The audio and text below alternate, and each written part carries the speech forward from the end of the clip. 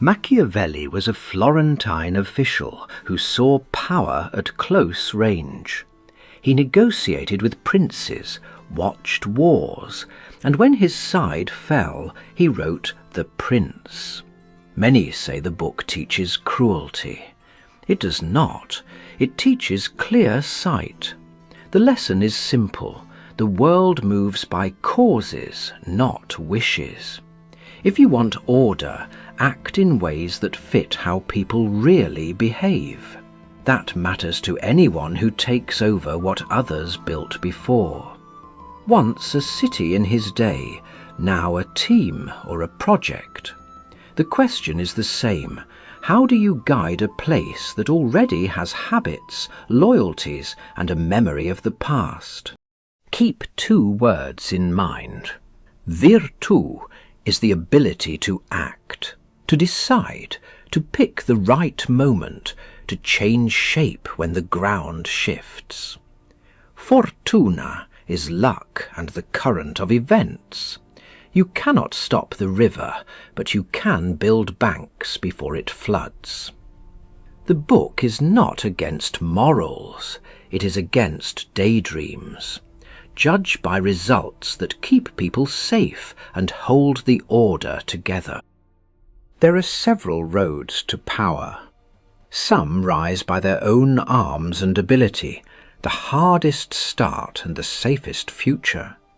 Others rise on the arms of others, a quick climb that stands on sand. Some rise by crimes. They can seize a state but rarely gain honour. Others rise by fortune. A door opens. Virtù must then build the walls that keep what luck delivered. There is also a civil path. A man is lifted either by the great or by the people. It is safer to stand with the people, whose wish is simply not to be oppressed. Those who found new orders need force plus vision. New laws make enemies among those who did well under the old ones. Friends of the new order support it coldly at first, because the gain is not certain. Armed prophets succeed, unarmed prophets fail. In Florence, Savonarola tried to renew the city with words alone. When the tide turned, he had no force behind him. The book's examples of founders are Moses, Cyrus, Romulus, and Theseus, not for miracles, but for the nerve to act and the power to carry a plan until results appear. On cruelty and mercy the rule is strict. If severity is truly needed, use it once and stop. Do not bleed the same wound every week. Hannibal's fierce discipline held a vast army in a foreign land. Scipio's gentleness pleased the crowd, but risked his ranks.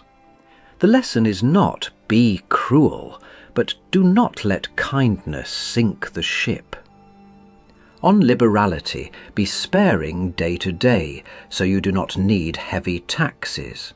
Save true generosity for the moment when help heals.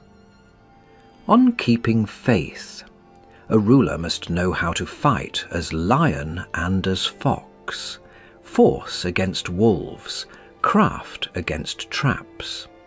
He should appear faithful and upright, and be ready to act against appearance only when real necessity, the public safety, demands it. Hold this map of roads and rules. Now watch it work in one life. In Romagna, a young duke tried to turn plans into facts, to crush disorder, trade mercenaries for his own arms, win the people by law after force, and prepare for the day when fortune would test him. This is Virtù on the ground, and it has a name, Cesare Borgia. Borgia sought to build a state in Romagna, while his father, Alexander VI, held the papal throne.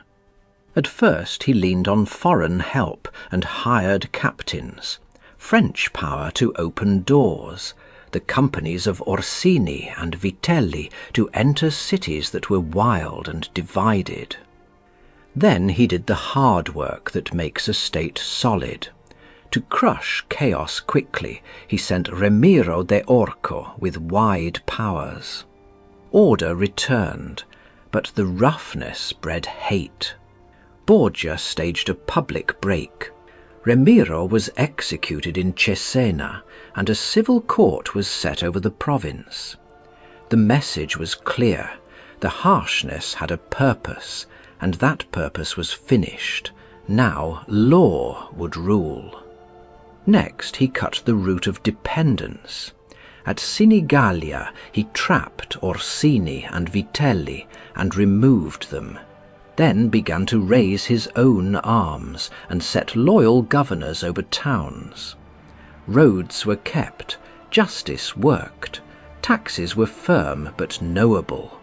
A province that had been savage began to breathe. He dealt with neighbours as fox and lion. Alliances were useful, enemies divided. Great families kept near or far from each other. He tried to shape the future papal election so the seat would be friendly or weak. In the end, fortune struck. Alexander VI died suddenly. The Duke fell ill at the same time. While he lay weak, the cardinals chose Julius II, a man Borgia had injured. The new pope moved fast. The Duke was taken and later died abroad. The book's judgment is cold.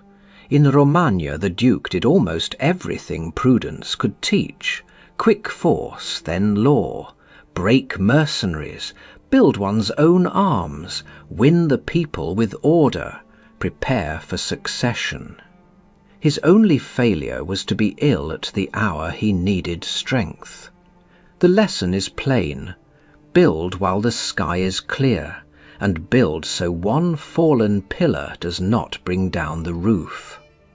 Reputation and court complete the picture. Appear merciful, faithful, humane, upright, religious. People judge by what they see, but keep a reserve for crisis. Choose ministers who love honour more than profit. Let a few speak truth at set times. Ask, listen, decide, and require obedience. Close the door to flattery by rule, not by anger. Win a name with visible works, a road repaired, a court that judges fairly, a wall made strong where raiders came.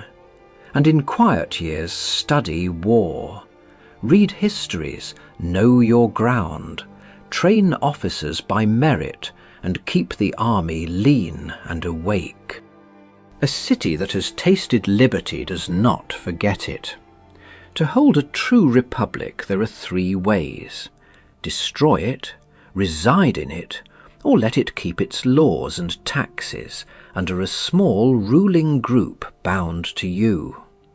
History in the book is blunt.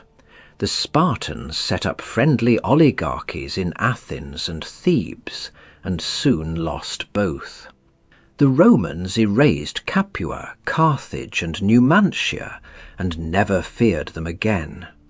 Elsewhere in Greece they let many cities keep their laws, placed small garrisons where needed, split great powers so no one city could rise above the rest. In Italy, Pisa remembered its liberty under Florence. Foreign help arrived, the old flame burned, and the city broke away. In free peoples, every festival and old law is a seed. A weak governor or a border enemy is rain. If you will not destroy a free city, then reside. Living there lets you hear plots while they are whispers. You can promote leaders who accept peace, punish a few who stir war, and keep roads open so trade calms anger. If you choose the third path, keep the ruling group small and dependent on you. let them fear you more than the crowd. But if the people ever hate that group more than they fear you, they will pull it down and call back the old ways. Church-states are a different creature. They are won by fortune or other men's arms, and held without either, because ancient religion guards them. In later days the Church also learned to use force. Alexander VI and Julius II took towns, broke lords, and filled the treasury. If you hold such a state, order almost keeps itself. If you face it as an enemy, know that fear of God and fear of men stand together behind it. Conspiracies kill the unwary. A few men plan to strike, hoping the people will praise them after. Conspiracies are hard to make and easy to break. Fear, betrayal, and nerves undo them. If they fail, plotters die in torment. If they succeed without public favour, they still die. The surest guard is not being hated. When the people are calm, bold nobles fear to move. When the people burn, every whisper is a spark. On fortresses, build them only with judgment. Walls can stop a raid or buy days in a rising town, but the strongest tower is a box if the people hate you. The door opens from the inside. The safest wall is fair rule. Remember the earlier rule without repeating it. Foreign steel binds, your own steel frees. Only one task remains. First, say plainly why Italian princes lost what they held. Then write a short rule-book for quiet years, the habits that tame fortune before the river rises. We do that now. Why did the princes of Italy lose Italy when foreign kings arrived? They leaned on mercenaries and auxiliaries. They ruled from afar. They were slow when a single fast stroke was needed, and restless when calm would have saved them. They quarrelled and invited France or Spain to hurt a neighbour, only to chain themselves to the guest. They trusted fortune's gifts and did not build their own walls. Milan opened to the French and found them hard to send away. Naples played the same game and was split between stronger hands. Venice grew rich by taking what others lost, and then, when the League of Cambrai formed, faced every neighbour at once. Her hired captains were brave for pay, slow for risk, and quick to cut terms. Florence turned to the words of Savonarola, and then to outside favour, instead of building a firm army of her own. In Romagna, small tyrants leaned on great houses, like Orsini and Vitelli. Those captains served themselves first, and their employers second.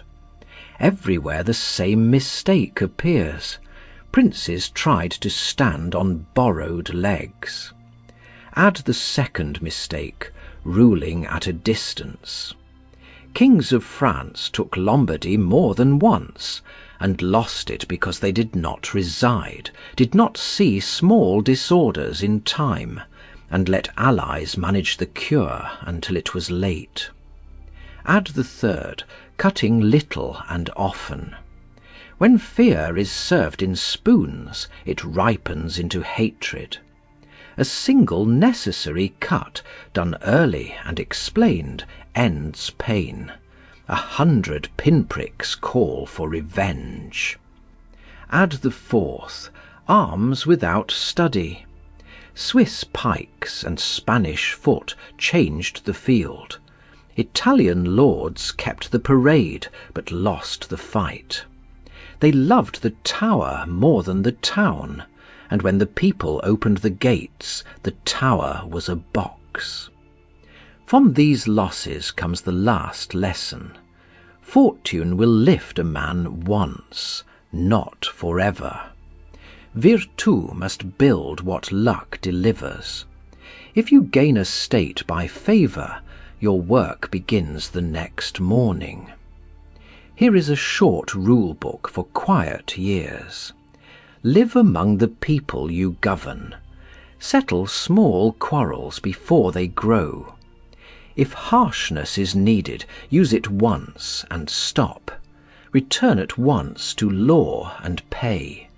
Keep daily customs, unless they keep the city sick. Plant small, loyal colonies instead of heavy guards. Build your own arms. Raise citizens. Train officers by merit. Rotate commands. Review the muster each season. Do not hire your backbone. Hire teachers to train it. Choose ministers who love honour more than profit. Let a few speak truth at set times. Ask, listen, decide, and require obedience. Close the door to flattery by rule, not by anger. Keep taxes light in peace, by spending little on show. Save generosity for the one moment when help heals. Win reputation by visible works. Build trust before towers. If you must build towers, do it after trust. Prepare for succession while the sky is blue. Write knowledge down. Keep 2 roots to every vital supply, and hold reserves of coin and grain. When the age calls for speed, be swift. When it calls for patience, be still.